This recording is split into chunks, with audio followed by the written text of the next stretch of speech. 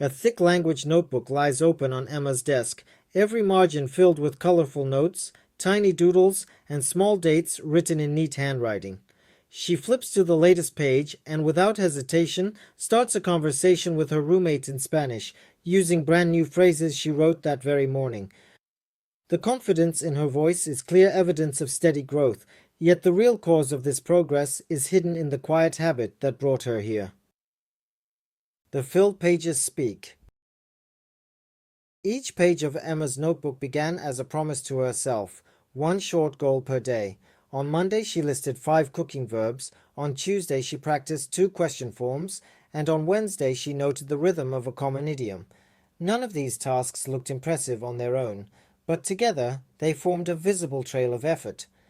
Day after day, the small entries built a bridge between the person she was and the confident speaker she is becoming. A notebook like this gives language learners more than colorful paper. It provides living proof that time has been used with purpose. When you can see last week's vocabulary and compare it to today's exercise, your mind catches the pattern. Action follows intention, and growth follows action. The result is motivation that renews itself every time a page turns. Why tiny aims matter. Many beginners dream of big achievements, such as reading an entire novel or holding a perfect business meeting in their new language. Those dreams are healthy, but they can also feel so distant that the learner freezes. A small daily target removes that weight. It narrows the task to something the brain can finish before doubt appears. Cognitive science supports this approach. The brain rewards completed actions with a quick release of dopamine, the chemical linked to pleasure and motivation. When the goal is small, the chance of completion is high, and the reward cycle starts again the next day. Over weeks, this chemical encouragement turns consistency into second nature. In simple terms, tiny aims create a ladder where each rung is close enough to step on without fear. Learners who climb one short rung daily reach heights that weekend warriors rarely touch, because weekends are often stolen by sudden plans, tiredness, or a busy social life. The Daily 5-Word Challenge. One of the easiest micro goals is to learn 5 new words every morning. The method sounds almost too easy, yet the numbers add up quickly. 5 words per day mean 35 in a week and more than 1,000 in a year, assuming a few missed days for holidays. That is a solid foundation of vocabulary, created with a cup of coffee and 10 minutes of focus. To keep the challenge lively, choose words that fit your day. On grocery day, select food terms. On travel day, learn station or airport phrases. This immediate connection helps memory stick because the new terms meet real life almost at once. Emma highlights each word in blue, adds a tiny drawing beside it, and writes one sentence that feels natural. By evening, she checks her list and places a gentle mark next to any word she used in conversation, a message, or even silent thinking. The tiny mark is a celebration of use, not just study. Carrying new words into life. Learning 5 words is the start. Weaving them into the fabric of the day is the real aim. After breakfast, Emma walks to the bus stop and silently labels objects she passes. Tree, sidewalk, traffic light, cloud. Some labels are old knowledge, others are fresh from the morning page. She repeats their gender or plural form out loud in a gentle whisper, trusting the breeze to hide her practice. At lunch, she writes a short message to a language partner, forcing 2 new verbs into the text even if they feel slightly awkward. The partner corrects a small mistake, but the verbs survive the exchange. Later, while cooking pasta, she plays a song in the target language and listens for one of the new words. When it appears in the chorus, she feels a spark of victory. Real-life application acts like glue. It bonds the separate pieces of vocabulary to lived emotion, smell, sound, and taste.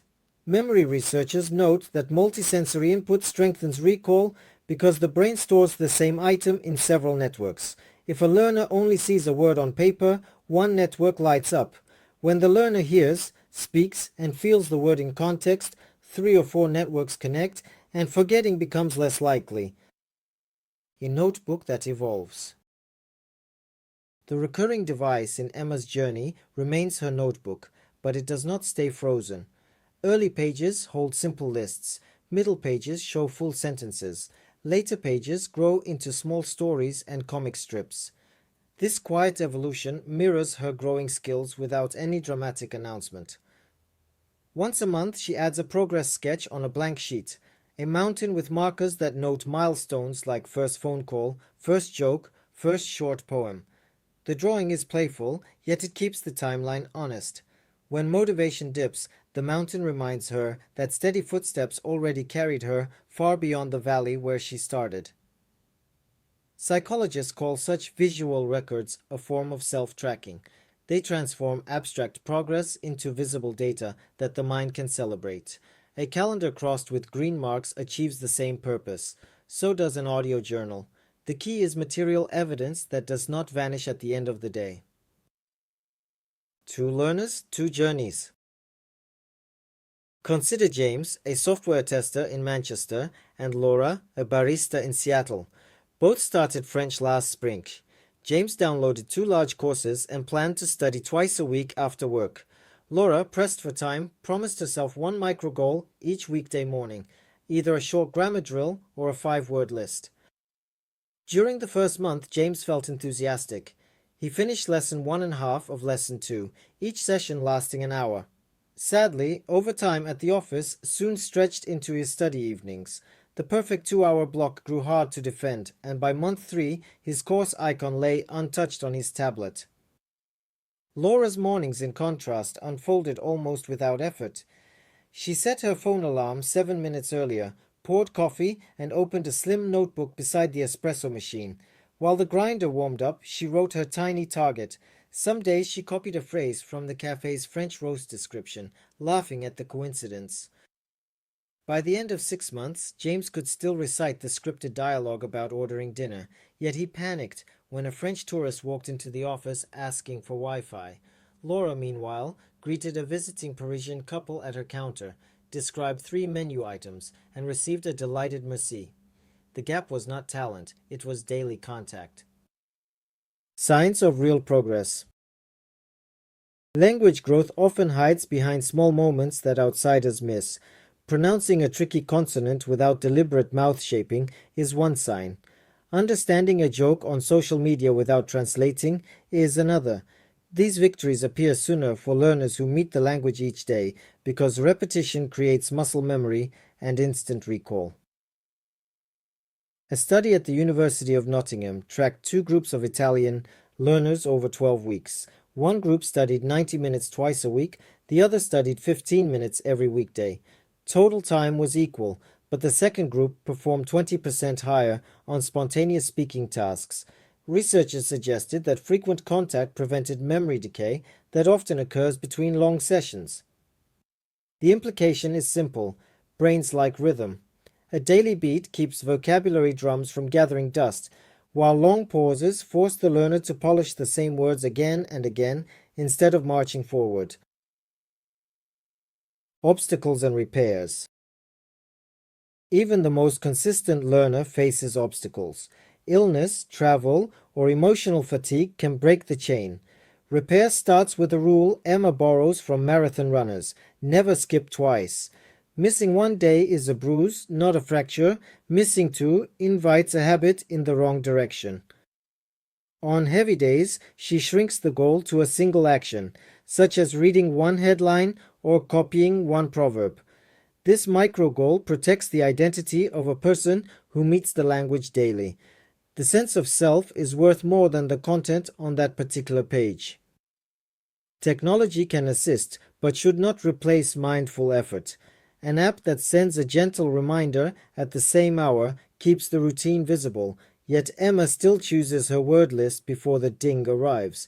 She prefers to feel like the driver, not the passenger, because autonomy builds long-term commitment. Social support also plays a role. Emma and Laura belong to a small online forum where members post a daily picture of their notebook corner. No one grades the work. The simple act of showing up creates accountable friendship. James recently joined and already reports renewed energy for his stalled French. The wider implication. Setting one clear goal each day sounds narrow, yet its influence reaches into other skills. People who practice consistency in language often notice improved discipline in fitness, writing, or budgeting. The brain does not keep separate shelves for different habits. It uses the same mental muscle to plan, act, and review. Emma's steady notebook routine taught her to log short reflections on project tasks at work. Her manager noticed the difference in meeting preparation.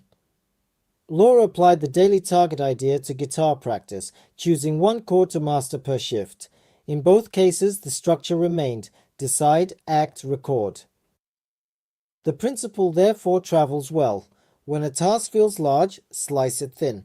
If the slice still feels heavy, slice again until the mind agrees to lift it.